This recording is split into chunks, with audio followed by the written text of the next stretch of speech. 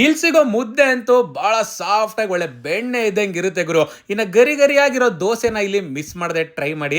ಅಷ್ಟೇ ಅಲ್ಲದೆ ಡಿಫ್ರೆಂಟ್ ಆಗಿರೋ chicken starters, white mutton pulao ಎಲ್ಲ ಇಲ್ಲಿ ಅದ್ಭುತವಾಗಿರುತ್ತೆ.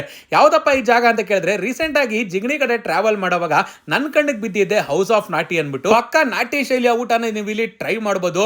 ಬೋಟಿ ಮತ್ತೆ ಕೈಮಾದಲ್ಲೇ 5 ಡಿಫ್ರೆಂಟ್ ವೆರೈಟಿ ಆಗಿ ಮಾಡ್ಕೊಡ್ತಾರೆ.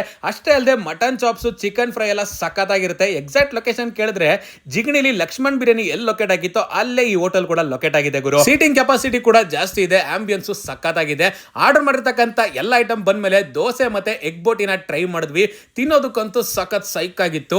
ಇನ್ನ ಏನೇ ಹೇಳಿ ಕರಿವೇಪಾಕು ಕೈಮಾ ಅಂತ ಮಾಡ್ಕೊಟ್ಟಿದ್ರು, ಇದನ್ನಂತೂ ನೀವು ಮಿಸ್ ಮಾಡದೆ ಟ್ರೈ ಮಾಡಬೇಕು.